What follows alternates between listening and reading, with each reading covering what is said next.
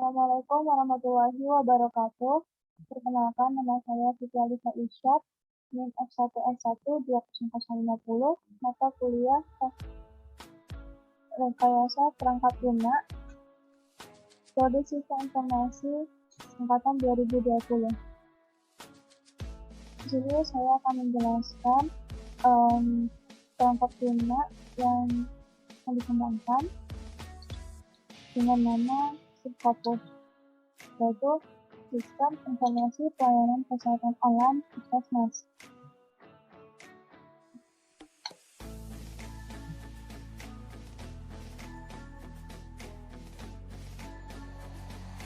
Di sini terdapat tujuannya, yaitu di mana dokumen ini tuh bertujuan untuk memberikan penjelasan mengenai perangkat lunak yang akan dibangun, baik berupa gambaran umum maupun penjelasan rinci dan menyeluruh. Kemudian lingkup masalah yang dicakup dari permasalahan di sini itu belum adanya sistem online yang mendukung pelayanan kesehatan di puskesmas, kemudian belum adanya sistem online yang dapat mendukung proses registrasi di puskesmas, lalu bagaimana membuat sistem registrasi secara online bagi pasien puskesmas, kemudian bagaimana memberikan informasi jadwal atau estimasi waktu kedatangan pasien ke puskesmas secara cepat dan tepat.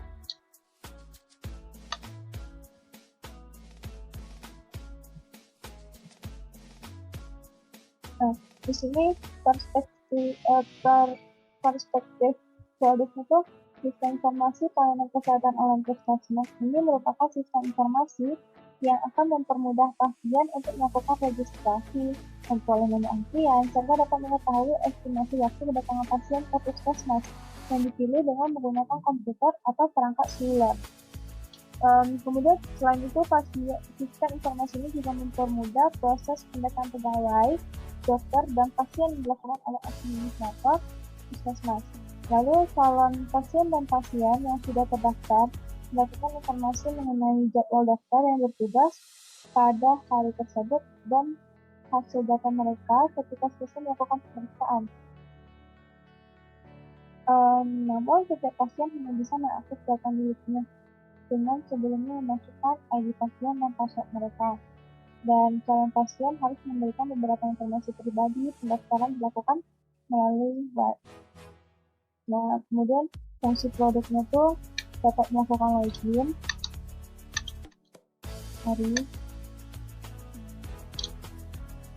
Fungsi produknya tuh bisa melakukan login, kemudian melakukan penginputan data, lalu memanipulasi data pegawai, data dokter, juga memanipulasi jadwal dokter.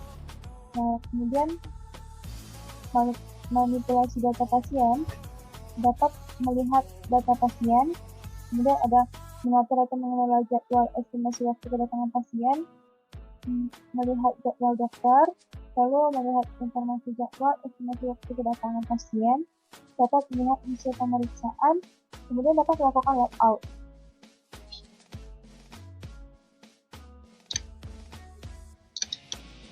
Nah, di sini ada karakteristik pengguna. Pengguna sistem informasi ini adalah administrator, dokter, dan pasien puskesmas, di mana administrator itu sebagai super admin memiliki hak akses untuk mengubah data pegawai puskesmas, dokter, jadwal dokter, dan jadwal estimasi waktu kedatangan pasien. Kemudian dokter sebagai user hanya bisa melihat dan merubah data pasien yang diperiksanya. Kemudian sedangkan pasien itu sebagai user hanya dapat melihat jadwal dokter yang bertugas pada saat itu di puskesmas. Nah, kemudian di sini administrator itu tugasnya hanya bisa melakukan login, manipulasi data pegawai, memanipulasi data dokter, kemudian memanipulasi jadwal dokter, kemudian mengatur atau mengelola jadwal estimasi waktu kedatangan pasien dan logout.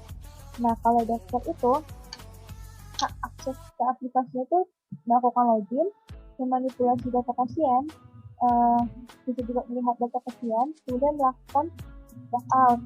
Nah, kemudian pasien itu hak akses ke aplikasinya itu bisa melakukan login, menginput data pasien sebagai syarat dari pendaftaran, kemudian menampilkan data pasien. Nah, Kemudian menampilkan jadwal dokter, menampilkan jadwal estimasi waktu kedatangan pasien, kemudian menampilkan hasil pemeriksaannya, dan melakukan logout. Nah, bagi calon pasien atau yang umum, dapat menampilkan jadwal dokternya. Batasan-batasannya, aplikasi harus terhubung dengan internet, kemudian sistem ini terbatas pada proses registrasi dan pemeriksaan pasien. Nah, kemudian sistem Scopus ini merupakan sistem informasi yang berbasis web, dan pengguna yang bisa memanipulasi data hanya pengguna yang bekerja di puskesmas, yaitu administrator dan dokter. Kemudian asumsi dan ketergantungan. Sistem informasi pelayanan kesehatan online puskesmas yang dibangun merupakan sistem yang berdiri sendiri dan tidak tergantung pada sistem yang lain. Fungsi utama yang diprioritaskan adalah fungsi yang berhubungan dengan registrasi, jadwal estimasi waktu kedatangan pasien, pemeriksaan pasien, pendataan pasien, dan pendataan pegawai, dan pendataan dokter.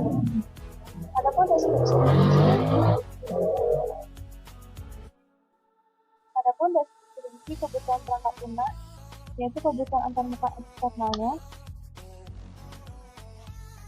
yaitu mencakup kebutuhan antarmuka pemakai, antarmuka perangkat keras, ada antarmuka perangkat lunak.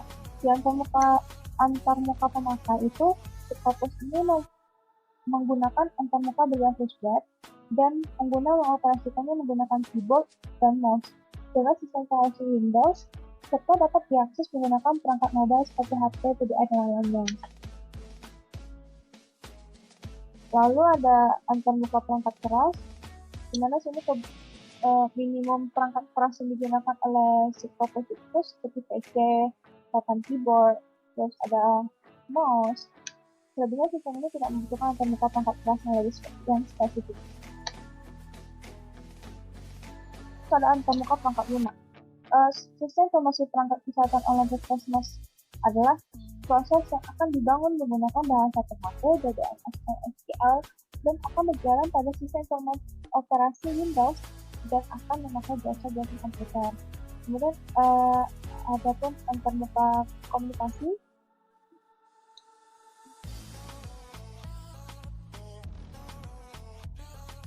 Antarmuka komunikasi yang digunakan antarmuka komunikasi yang digunakan itu adalah metode client server yang terhubung dengan jaringan internet menggunakan protokol Transmission Control Protocol atau Internet Protocol yang disebut dengan TCP/IP.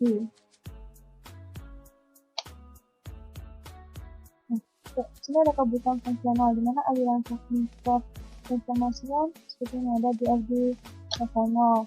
Nah, pengunjung itu memasukkan data awal pasiennya, kemudian ada ID dan password pasiennya, kemudian Scopus akan memberikan jadwalnya kepada pasien. Dan di sini admin juga memasukkan username password adminnya, kemudian memasukkan data dokter, data pegawai. Nah, dokter juga menginput data penyakit pasien, kemudian username dan password dokter dan daftar riwayat pasien. Itu DRG level awalnya. Nah, juga DRG level 1 ini dimana pengunjung dan pasien itu menginputkan data awal pasiennya, kemudian pertama-tama tuh pengunjung pasien itu melakukan login dengan menginputkan ID dan password pasien, lalu menginputkan data awal pasien. Nah, dimana nanti data itu akan di-record menjadi profil pasien. Nah, sehingga dokter bisa melihat data pasiennya, melihat data riwayat pasien. Nah, kemudian dokter itu pertama-tama harus login dulu menggunakan username dan password dokter, lalu bisa lihat data pasien dari inputan data yang telah diinput oleh pasien tadi. Kemudian dokter akan menginput data dari penyakit pasien, hasil pemeriksaannya. Nah, di sini berupa report, masuklah dia ke tab pasien. Dan jadilah data dari pasien tadi. Nah, kemudian admin yang bisa mengelola data dokter yaitu memanipulasi data dokter. Kemudian juga memanipulasi data pegawai. Lalu kemudian admin ini juga memanipulasi jadwal dokter. Nah, pertama-tama dia akan menginput data jadwal dokter tadi, kemudian data jadwal dokter itu dapat terrecord dan dapat ditampilkan sebagai jadwal dokter yang bisa dilihat oleh pengunjung atau pasien. Itu dari DFD level 1. Lalu di DFD level 2 ini, dimana tadi kan admin bisa memanipulasi data dokter. Nah, di menu itu biasanya admin itu bisa menambahkan data dokter, kemudian bisa ubah data dokter, bisa hapus data dokter dengan tumpel. Tumpel ini yang tidak bisa diubah. Kemudian disimpan sebagai data dokter dan masuklah sebagai data dokter. Dan lanjutnya, yang di level 3, yaitu admin bisa memanipulasi data pegawai. Dan itu sama dengan yang tadi, bisa menambahkan data pegawai, bisa mengubah data pegawai, dan juga hapus data pegawai yang kemudian disimpan data pegawainya. Nah, lalu ada class diagramnya. Di sini pasien ada ini melakukan data registrasi, kemudian melakukan pendaftaran berobat. Nah, di sini data yang telah terregistrasi tadi dikelola oleh staf atau administrator tadi itu. Nah, di mana administrator itu kan bisa mengelola data dokter juga. Nah, dokter dapat melihat data pasien juga. Nah, yang mana nanti administrator ini akan menyetujui dari pendaftaran berobat tadi. Nah, kemudian diverifikasilah pendaftaran berobatnya dan masuklah notifikasinya kepada pasien yang berisikan nomor antrian dan jadwal kedatangannya. Nah, ini response dari super adminnya. Di sini admin itu bisa memanipulasi data dokter, memanipulasi data pegawai, memanipulasi jadwal dokter, dan kelola data pasien. Di kelola data pasien ini, admin bisa melihat datanya. Kemudian dimanipulasi jadwal dokter ini bisa edit, bisa di lab, bisa insert, gitu juga dengan ini manipulasi data pegawai. Bisa edit, bisa di lab, bisa insert, bisa di dan sama juga dengan manipulasi data dokter. Nah, syarat untuk melakukan ini semua harus join dulu, login menggunakan username dan password. Kemudian use case diagram dari pasien. Pasien itu bisa registrasi, bisa input data, kemudian bisa verifikasi pendaftarannya, jadwal berobat, kemudian ada hasil pemeriksaan dan lihat jadwal dokter. Nah, di sini untuk registrasi itu kan pasien itu bakalan input datanya. Nah, di sini tuh pasien bisa edit data tersebut, bisa juga nge-view datanya, hanya sudah lihat data, lalu bisa juga delete data. Kemudian ada menginput data kan tadi, input data, lalu ada verifikasi pendaftaran, nah lalu ada jadwal berobat. Jadwal berobat ini bisa saja diedit, ataupun di delete. Nah, dilihat jadwal dokter kemudian. Nah, hasil pemeriksaan ini juga bisa diedit datanya dan bisa view. Lalu untuk melakukan ini semua harus login terlebih dahulu ke aplikasinya. Sudah ada use case diagram dokter. Di sini dokter bisa lihat data pasien dan input hasil pemeriksaan pasien. Di input hasil pemeriksaan pasien ini dokter bisa edit hasil, kemudian bisa update hasilnya juga, bisa edit hasil dari data tersebut. Nah, di mana dokter terlebih dulu harus login. Nah, lanjut ke activity diagramnya. Di sini ada activity diagram dari super admin. Pertama, admin akan membuka panel login-nya, kemudian sistem akan menampilkan panel login. Lalu admin akan input data adminnya, yang mana itu akan diverifikasi oleh memverifikasi sistem akan memverifikasi akun. Nah, itu akunnya tersedia atau tidak. Jika iya, maka menampilkan dashboard awal super admin. Nah, kalau jika tidak, maka akan kembali ke panel login. Kemudian menampilkan dan mengubah data profil akun. Di sini admin akan membuka panel login, kemudian sistem akan menampilkan panel login, dan super admin akan menginput data adminnya.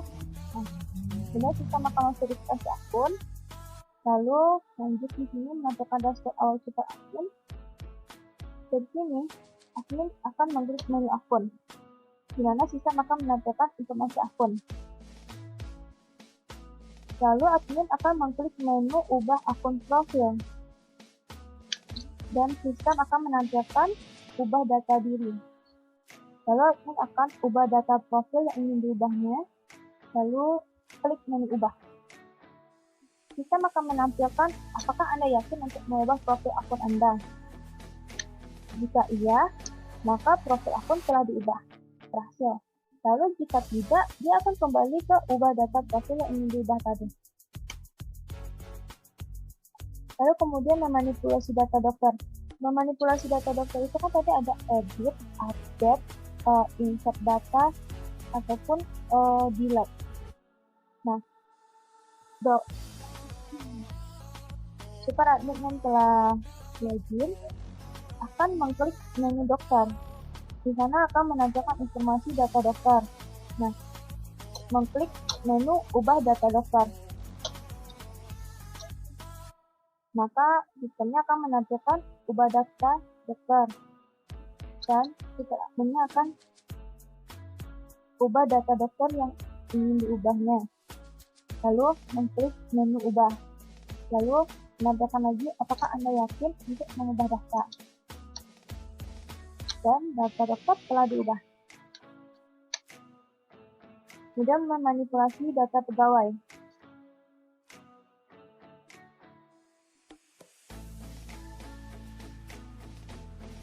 Super admin yang telah melakukan login, kemudian dia akan di dashboard awalnya itu super admin itu akan mengklik menu pegawai.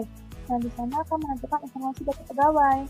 Dimana kan tadi super admin itu bisa mengubah data pegawai, bisa mengupdate, bisa mendelete data pegawai. Misalnya kalau si pegawainya ini udah berhenti atau gimana nya. Nah, di sini tuh bisa diubah oleh si super admin. Nah, dengan mengklik ubah data pegawai, lalu tampilkan data pegawai tersebut. Nah, lalu ubah data pegawai yang ingin diubah. Kemudian klik menu ubah. Dan sistem akan menampilkan apakah Anda yakin untuk mengubah data, lalu klik ya. Data pegawai telah diubah. Nah, kemudian memanipulasi jadwal dokter. Di sini super admin akan login terlebih dahulu dan sistem akan menampilkan dashboard super adminnya. Nah, lalu kemudian super admin akan mengklik menu jadwal dokter. Sistem akan menampilkan informasi dari jadwal dokter itu. Nah, jika ada jadwal dokter yang ingin diubah, maka klik ubah jadwal dokter. Kemudian sistem akan menampilkan view ubah jadwal dokter.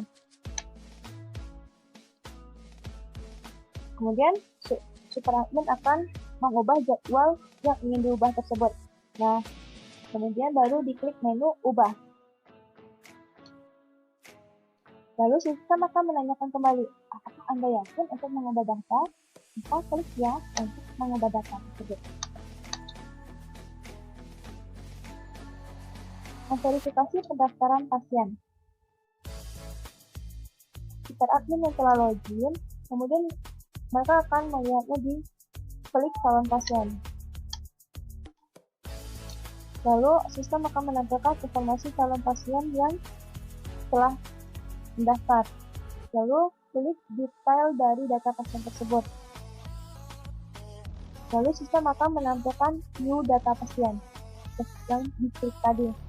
Nah, lalu kemudian sistem admin akan mengklik menu disetujui.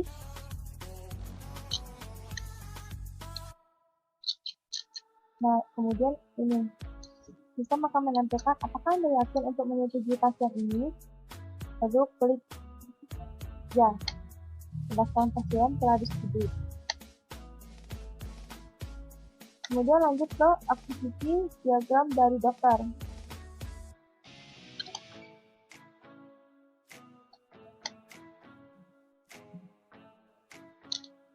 Pertama-tama,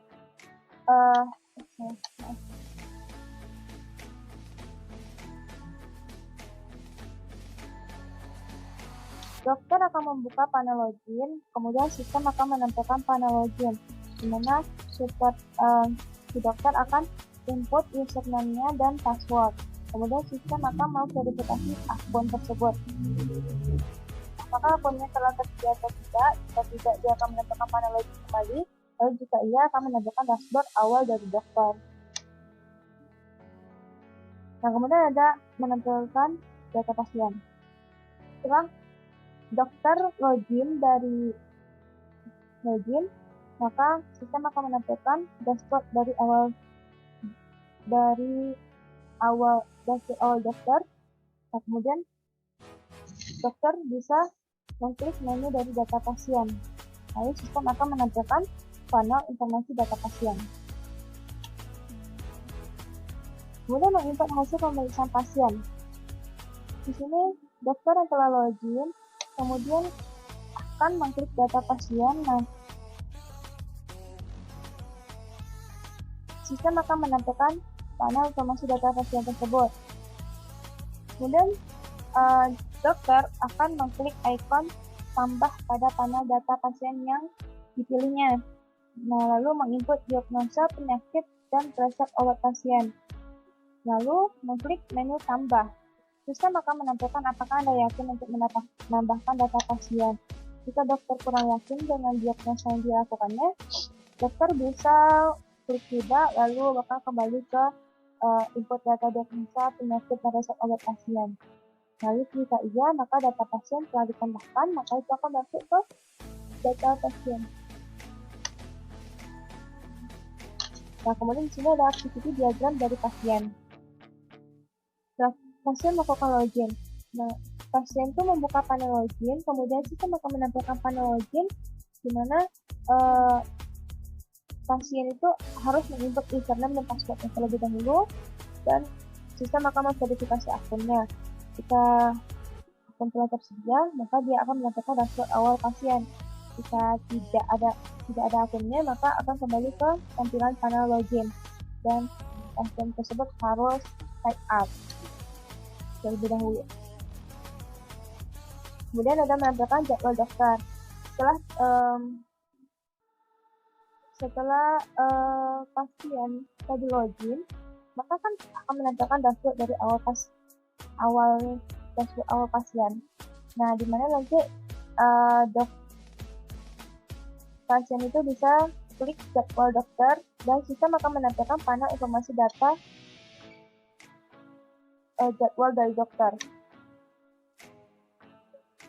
Nah, di sini kemudian ada melakukan pendaftaran. Di pertama itu kan login, lalu pasien bisa klik menu registrasi. Sistem akan menampilkan panel dari isi form pendaftaran. Lalu pasien akan input data pasiennya, kemudian klik kirim. Di mana sistem akan menampilkan apakah Anda yakin dengan data yang Anda input. Jika kurang yakin, maka akan kembali ke input data pasien. Kemudian jika merasa yakin, maka data Anda telah terkirim. Menampilkan dan mengubah data profil akun. Nah, di sini pasien bisa mengubah data profilnya. Setelah melakukan login, bisa klik langsung menu akunnya. Nah, di sini akan menampilkan informasi akun, di mana nanti pasien itu akan ubah data profil yang ingin diubahnya, lalu klik ubah. Di sistem akan menanyakan apakah Anda yakin untuk mengubah profil akun Anda, kemudian klik ya untuk profil akun telah diubah. Menampilkan hasil pemeriksaan. Pasien yang melakukan login, kemudian akan klik hasil pemeriksaannya. Sistem akan menampilkan panel dari hasil pemeriksaan pasien.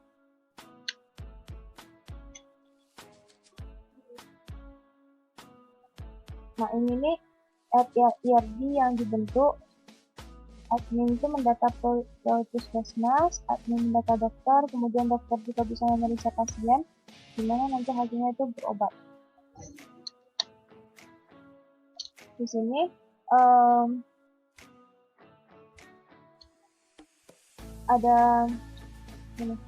ada fieldnya, nama kolom atau atributnya itu ada NIP, ada nama, pada data pegawai ada NIP, ada nama, ada tempat tanggal lahir, kemudian ada gender, ada alamat, jabatan, dan nomor telepon. NIP sebagai primary key-nya.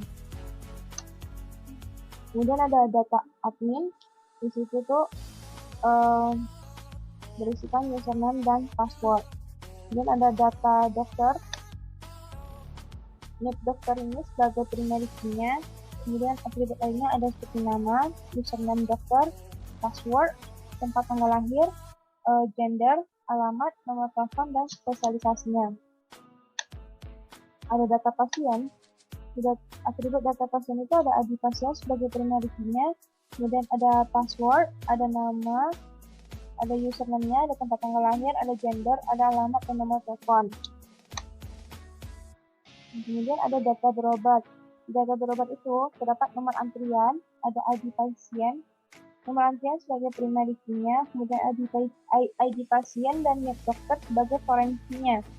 Lalu ada tanggal berobat, ada waktu berobat, diagnosa, obat. Kemudian ada daftar jadwal, dimana ID hari sebagai primary key-nya, kemudian ada hari, kemudian ada NIP dokter, ada nama dokter. Lanjut ke deskripsi kebutuhan dan fungsionalnya. Pertama ada performansi. Tidak ada batasan performansi karena kemampuan perangkat keras yang digunakan telah memadai. Kemudian batasan memori yang digunakan itu dibutuhkan untuk menjalankan Scopus ini sebesar 128 MB. Biasanya kapasitas hard disk pada PC yang digunakan untuk instalasi web browser adalah sebesar 180 maksimal. Nah, kemudian modus operasinya. Operasi input data calon pasien yang bersifat inisiatif dari pengguna. Kemudian periode operasi aktif adalah dari jam 8 sampai jam 4 sore dan pendaftaran bisa dilakukan pada operasi offline, yang dimana nanti akan dilayani ketika periode operasi aktif. Lalu ada atribut kualitas perangkat lunak. Handalanya, Scopus ini dapat digunakan selama 24 jam dengan dukungan sistem operasi Windows yang memiliki stabilitas yang tinggi. Lalu ketersediaannya, Scopus ini dapat berjalan dan tersedia selama tidak mengalami kendala seperti terkendala jaringan lokal, jaringan internet, serta server hosting sistem. Nah, keamanannya tuh admin, dokter, dan pasien harus melakukan login untuk dapat mengakses sistem dan didukung dari server penyedia hosting. Untuk melakukan transaksi, pengguna dilengkapi dengan user ID yang unik dan password. Kemudian ada maintainability-nya. Sistem informasi ini dibuat secara full parameter yang dinamis, isi site, serta informasi yang terdapat di dalamnya dapat diupdate kapan saja sesuai dengan keputusan administrator. Kemudian batasan perancangannya. Scopus hanya dapat dijalankan pada server dengan sistem operasi Microsoft Windows, web server Apache, dan DNS SQL. Nah, di sini ada identifikasi dan rencana pengujian. Di mana aktivitas pengujian pertama itu masuk halaman login. Kondisi pengujiannya jika username dan password tidak diisi, kemudian user mengklik tombol login. Nah, hasil pengujiannya itu akan memunculkan pesan silakan isi username dan password Anda dengan benar. Ini tingkat pengujiannya pengujian sistem semuanya dan jenis pengujiannya itu black box. Nah, yang kedua kondisi pengujian di halaman login tadi, jika username dan passwordnya diisi tapi salah, maka hasil pengujiannya akan muncul pesan kesalahan, username dan password salah. Lalu, ada input data pendaftaran, di mana pada kolom gender diisi dengan kata perempuan.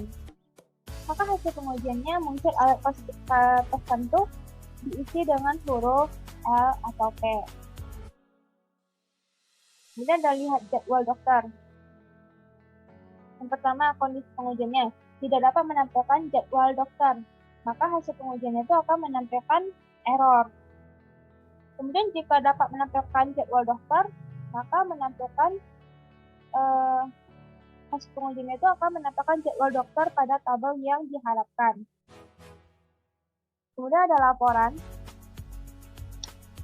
laporan persetujuan pendaftaran berobat. Di mana pertama pasien tuh tidak mendapatkan notifikasi berisi nomor antrian dan jadwal kedatangannya. Maka hasil pengujian itu muncul alert pesan pengiriman gagal. Ini dari adminnya. Kemudian kedua, pasien mendapatkan notifikasi berisi nomor antrian dan jadwal kedatangan, maka pada komputer administrator itu akan muncul alert pesan sukses. Nah, mungkin hanya sekian yang dapat saya jelaskan mengenai pengembangan perangkat lunak yang saya buat ini. Maaf bila ada kesalahan. Wabillahi taufiq wal hidayah. Wassalamualaikum warahmatullahi wabarakatuh.